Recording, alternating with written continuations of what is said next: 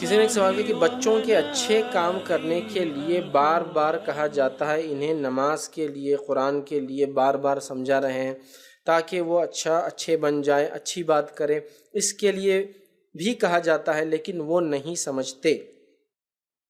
اس کے لیے بچوں کو کوئی نصیحت دیجیے۔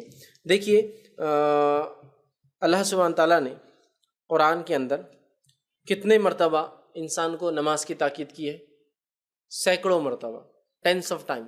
نماز قائم کرو، نماز پڑھو، مومن نماز پڑھتے ہیں، خشوع سے پڑھتے ہیں، خضوع سے پڑھتے ہیں، حفاظت کرتے ہیں۔ اس کے بعد بھی ابن آدم اور مسلمان کتنے ٹائم کی اور کت پابندی سے نماز پڑھ رہے ہیں؟ بڑوں کا معاملہ، چھوٹوں کا چھوڑ دیجیے۔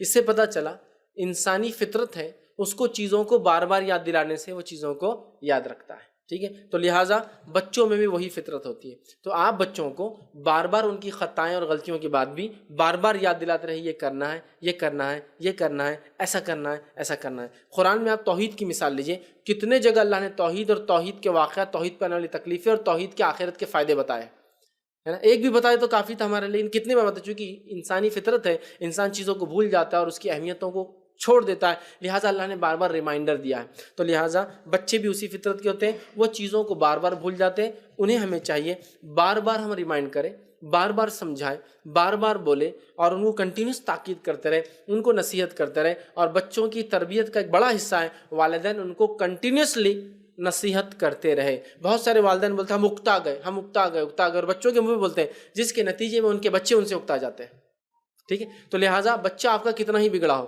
کتنا ہی خراب ہو، ٹھیک ہے، کتنی ہی برائیاں کرتا ہوں، آپ اس کو بہت اچھے انداز سے ٹیکل کیجئے۔ اور یہ کام سب سے اچھا ماں کر سکتی ہے، یاد رکھیے، سوائے اس کے کہ بچے اشد مطلب اتنے زیادہ شریر ہو کہ انکنٹرولیبل جائے۔ لیکن الحمدللہ اکثر بچے کنٹرول میں ہوتے ہیں۔ ان کی ضد اور شرارتوں کو کبھی اکتاہٹ کی شکل میں مت لیجیے، بہتاگ آ گیا ان کا، تنگ آ گئے ان سے، مار دو میرے کو، تمہارا باپ تو تنگ کرتا اب تم بھی تنگ کرنے آ گئے، اور اس طرح کی جب حرکتیں مائیں کرتی ہے، نتیجتاً بچے اس کو ان کے زندگی جینے کا ایک عام طریقہ سمجھتے ہیں اور ٹینشن نہیں لیتے پھر۔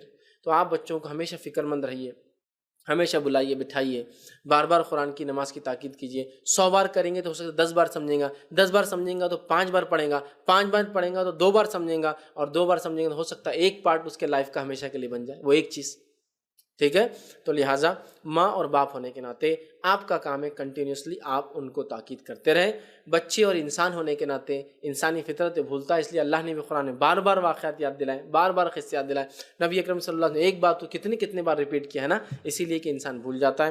تو لہٰذا آپ نصیحت کرتے رہیں، اللہ سے اچھی دعائیں کریں، بچوں کو نصیحت کریں، ان کی غلطیوں کو ان کے منہ پہ کبھی نہ گنوائیں، جس کے نتیجے میں یا تو وہ مثبت بھی لے سکتے ہیں اگر ان میں وہ فطرت ہے، نہیں تو منفی بھی لے سکتے ہیں۔ میرے امی تو بولتے ہیں میں ہاتھ سے نکل گیا، اب تم کیا کو سوچ رہے میرے بارے میں دوسروں کو بولتا ہوں۔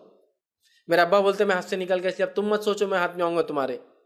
تو یہ آپ کے غلط بولنے کا نتیجہ ہے کہ آپ نے یہ بول دیا کہ بیٹے اب تم صحیح نہیں ہونے والے ہو، جس کے نتیجے میں وہ سوچ لیتا ہاں میں اب کبھی صحیح نہیں ہونے والا ہوں۔ لہٰذا آپ تاکید کریں، نصیحت کریں، ان کی غلطیوں کو ان کے منہ پہ نہ بولیں بلکہ سمجھا کر اچھے انداز سے بولیں، پھر دیکھیں انشاءاللہ بچے اپنی زندگیوں کو بدلتے ہیں۔ اس لیے کہ انسان بار بار یاد دلانے پر چیزوں کو سیکھتے ہیں۔ تو آپ بار بار تاکید کیجیے، اس لیے کہ نصیحت کا پارٹ ہے اور حصہ۔